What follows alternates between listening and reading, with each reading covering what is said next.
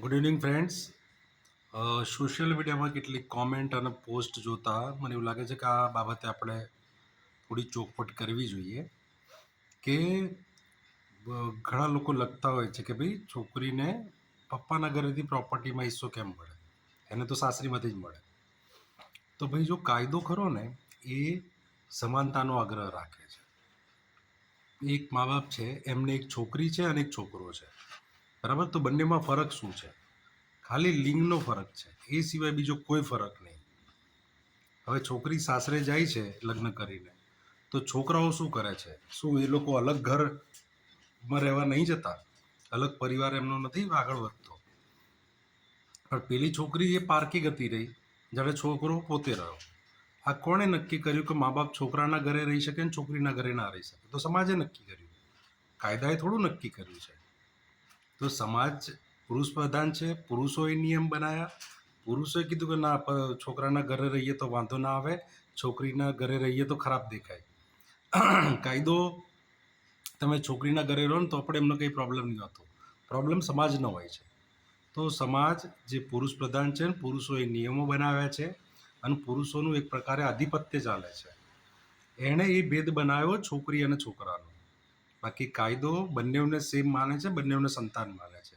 Even કદાચ છોકરો ગે નીકળે, લેસ્બિયન નીકળે કે ત્રીજી જાતિનો નીકળે તો પણ એનો એટલો જ ભાગ હોય છે જેટલો બીજાનો હોય છે. એટલે જેટલી પણ દીકરીઓ હોય છે એ બધાને પપ્પાની પ્રોપર્ટીમાં દાદા તરફથી જે વસિયતમાં જે મળતું હોય તો એની અંદર એને ભાગ મળે છે. હવે પતિને ત્યાં ભાગ કેમ? ફરી એ જ સમસ્યા. પુરુષ પ્રધાન સમાજ છે, મોટે ભાગે છોકરીઓને ઘરમાં જ રાખીએ છીએ, નોકરી કરવા નથી દેતા, આપણે વધારે ભણાવતા બી નથી. જે આપણે ભણતરની વાત કરીએ છોકરીઓની, તો 50% છોકરીઓ શું કોલેજ ગયેલી છે અત્યારે આપણી પાસે 50% બી નહીં હોય. એટલે એના જીવન નિર્વાહ માટે એણે પુરુષ પર ડિપેન્ડ રહેવું પડે છે. અને પુરુષને જો કંઈક થઈ જાય તો પછી એનો ભાગ જે પણ વારસાઈ હોય ત્યાં સાસરી પક્ષ તરફથી તો એ સ્ત્રીને જાય છે. તો આ રીતે બંને તરફ એને લાભ મળે છે. કારણ કે જ્યારે દેશમાં કાયદો નહોતો, સંવિધાન નહોતું, હિન્દુ કોડ બિલ નહોતું, રાજાશાહી હતી, મુગલશાહી હતી, વૈદિક યુગ હતો, ત્યારે સ્ત્રીઓને બંને તરફથી કશું મળતું નહોતું. તમે જો ધ્યાનથી શાસ્ત્રો વાંચો તો તમને ખબર પડશે કે નાની હોય ને ત્યારે પિતાએ રક્ષણ કરવાનું, થોડી મોટી થાય એટલે ભાઈએ રક્ષણ કરવાનું, પછી પતિએ રક્ષણ કરવાનું, અને જ્યારે ઘરડી થાય ત્યારે પુત્ર રક્ષણ કરે. સ્ત્રીઓને ક્યારેય પુરુષ વગર એકલી છોડવી નહીં, હંમેશા એના પર નજર રાખવી અથવા એની રક્ષા કરવી. રક્ષા સારો શબ્દ છે પણ અસલમાં તો નજર રાખવાની વાત છે. એ શાસ્ત્રોમાં લખેલું છે. તો સ્ત્રીઓને સદીઓ સુધી ના મમ્મી પપ્પા તરફથી કે ના સાસરી પક્ષ તરફથી કંઈ મળતું હતું. આપણે નહીં દિયરવટું આપણે જાણતા હોઈએ છીએ.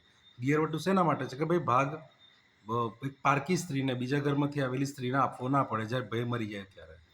તો એને દિયર જોડે પરણાવી દેતા હતા કે ઘરમાં ઘરમાં જ રહી જાય, અને જે સંતાનો થાય એ સંતાનો પણ પલવાઈ જાય.